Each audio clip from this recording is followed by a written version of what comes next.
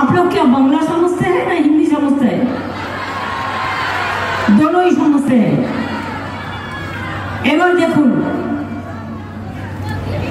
এবার হচ্ছে কি বলছে, ঘর ঘর মে বিনা পয়সায় বিদ্যুৎ দেবে।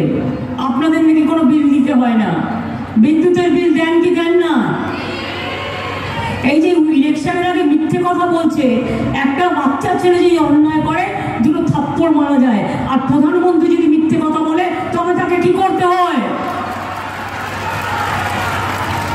ভোটের দিনে ভোটটাও উল্টে দিতে হয়, জোড়া ফুলে ভোট দিতে হয়।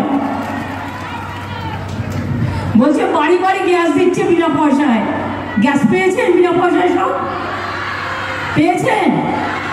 তাহলে ওই যে অ্যাডভার্টাইজমেন্ট দেখাচ্ছে বিনা পয়সায় গ্যাস দিয়েছে, মানে 1000 টাকা গ্যাসের দাম, আরো 200 টাকা আরো বাড়িয়েছিল।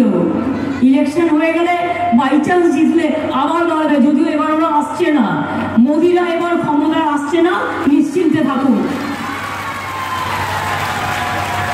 ওরা গেলে দেশ বাঁচবে।